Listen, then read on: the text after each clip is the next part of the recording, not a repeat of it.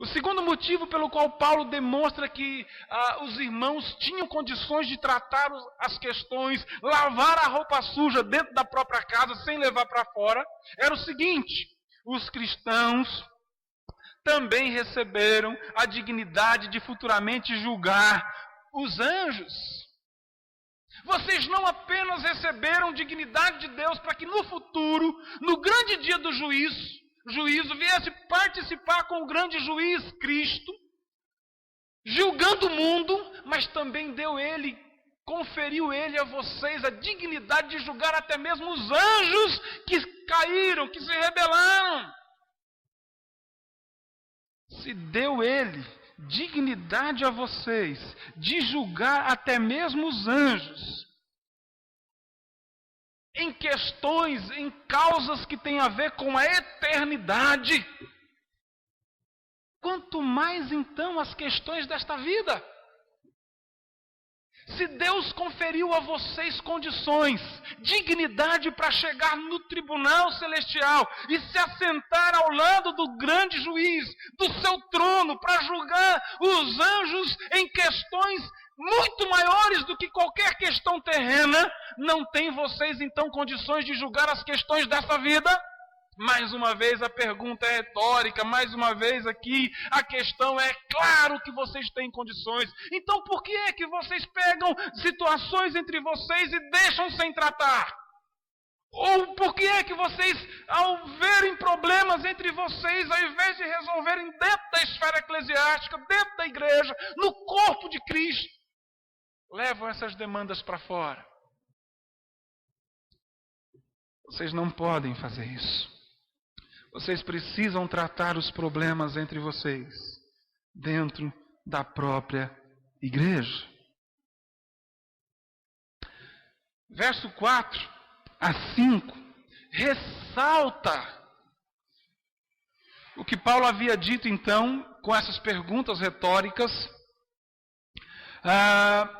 mostrando então, verso 4 e 5, Paulo está aqui como que dizendo que não há ninguém, querido, mais qualificado para julgar os cristãos do que eles mesmos. É isso que o apóstolo está dizendo. Vocês receberam dignidade para julgar até mesmo o mundo, então não podem julgar as questões entre vocês que são mínimas. Vocês receberam dignidade até mesmo para julgar os anjos com relação às questões eternas, não são capazes de julgar as questões temporais do aqui e agora, dessa vida. Então entenda, não há ninguém mais digno de julgar as questões entre vocês do que vocês mesmos. E essa dignidade é conferida exatamente por aquilo que está escrito no verso 11. Ele nos diz que os cristãos foram santificados em Cristo, isto é, foram retirados do mundo de tal maneira que a sua mente agora não é mais uma mente guiada pela vaidade humana. Não é mais uma mente obscurecida de entendimento. Não é mais uma mente dependente de julgamentos de um coração endurecido, empedernido pela ignorância, pela insensatez e pela insensibilidade, entregue à dissolução para com avidez cometer toda sorte de torpezas e impureza, como diz o apóstolo Paulo ao escrever à igreja de Éfeso. Não, a mente do cristão é a mente adequada para gerir, para solucionar, para julgar as questões entre vocês mesmos, porque essa mente, a mente que o cristão agora tem, ela foi alcançada por Cristo ao ponto de estar sendo constantemente sendo renovada por Ele. Sendo renovada pelos princípios que Deus tem nos dado, tem sido renovada não mais segundo os homens, mas sim segundo Deus, em justiça e retidão procedente da verdade. Se esta é a mente que vocês agora têm, ou seja, tudo isso tem a ver com santificação, Deus nos tira do mundo, imprime em nosso coração, na nossa natureza, na nossa mente, condições que antes não tínhamos.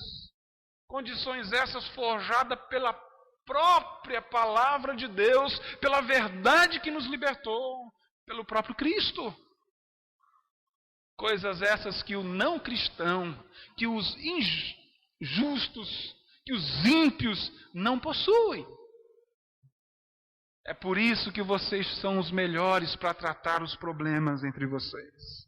Além desse aspecto, o verso 11 nos mostra que não só fomos então santificados, esse aspecto, mas mostra-nos também que nós somos mais dignos de julgar as causas entre nós, porque nós também fomos justificados em nome do Senhor Jesus. Ninguém mais senão os cristãos receberam a justificação. Ninguém mais senão aqueles lavados e remidos no sangue do Senhor Jesus receberam a capa da justiça de Cristo sobre os nossos ombros.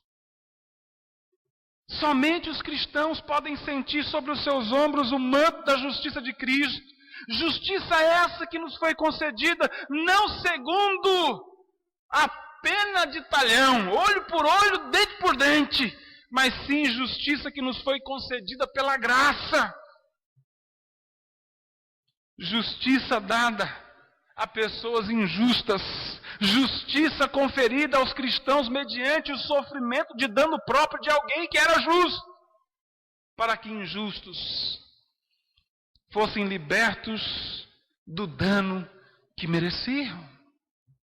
Somente os cristãos poderão julgar uns aos outros com esta perspectiva. A perspectiva de que foram alcançados pela justiça de alguém que pagou, de alguém que se deu como pagamento, de alguém que sofreu o dano que merecíamos, para que então recebêssemos a graça, o amor, a justificação dele.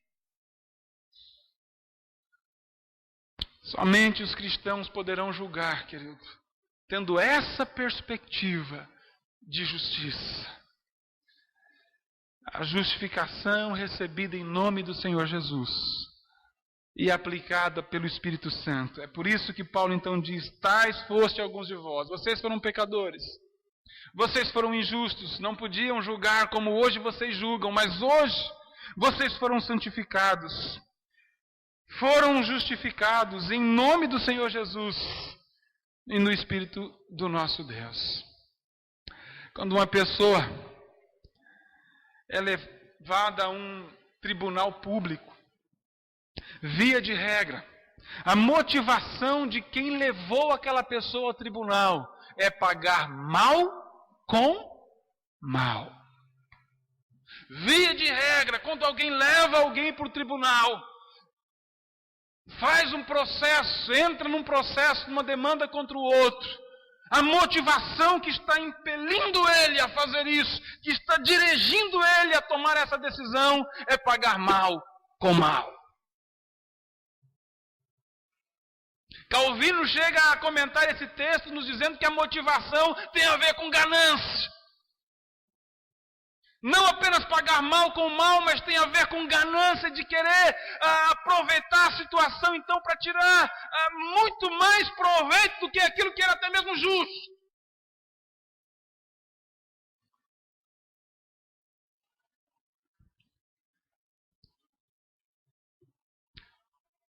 Pagar mal com mal. E é dentro desse referencial que os julgamentos estabelecidos pelos tribunais não eclesiásticos irão trabalhar. Somente um tribunal constituído inteiramente na igreja, entre o povo de Deus, irá julgar conforme a regra áurea do amor que Cristo nos deu, que é amar ao próximo como a nós mesmos, que é desejar a Ele, ao outro, aquilo que desejamos a nós mesmos. É isso que Jesus Cristo ensinou no Sermão do Monte. Lucas nos relata isso no capítulo 6, verso 27 a 36. Eu lerei para que você preste atenção. Digo-vos, porém, a vós outros que me ouvis, amai os vossos inimigos, fazei o bem aos que vos odeiam, bendizei aos que vos maldizem, orai pelos que vos caluniam. Ao que te bate numa face, oferece-lhe também a outra. E ao que te tirar a tua capa, deixa-o levar também a túnica. Dá a todo o que te pede. Se alguém levar o que é teu, não entres em demanda. Como quereis que os homens vos façam? Assim fazei-o vós também a eles. Se amais o que vos amam, qual é a vossa recompensa? Porque até os pecadores amam aos que os amam. Se fizerdes o bem aos que vos fazem o bem, qual é a vossa recompensa? Até os pecadores fazem isso. Qual é o tribunal humano, civil, melhor dizendo, ou público, judiciário, criminal ou qualquer outra esfera do governo público? Julgará baseado nesses princípios. Diga para mim, qual?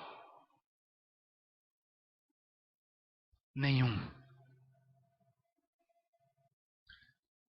Mas os cristãos, aqueles que foram alcançados pela justiça de Cristo, que estão sendo santificados, que olham para eles e sabem que eles só são justos porque Cristo imputou sobre eles, colocou sobre eles a sua justiça. Ao julgarem os outros, julgarão com a perspectiva da justificação e da santificação que Deus tem realizado na sua vida, em seus corações. Por isso, as demandas entre os irmãos precisam ser resolvidas, julgadas, solucionadas dentro da própria igreja.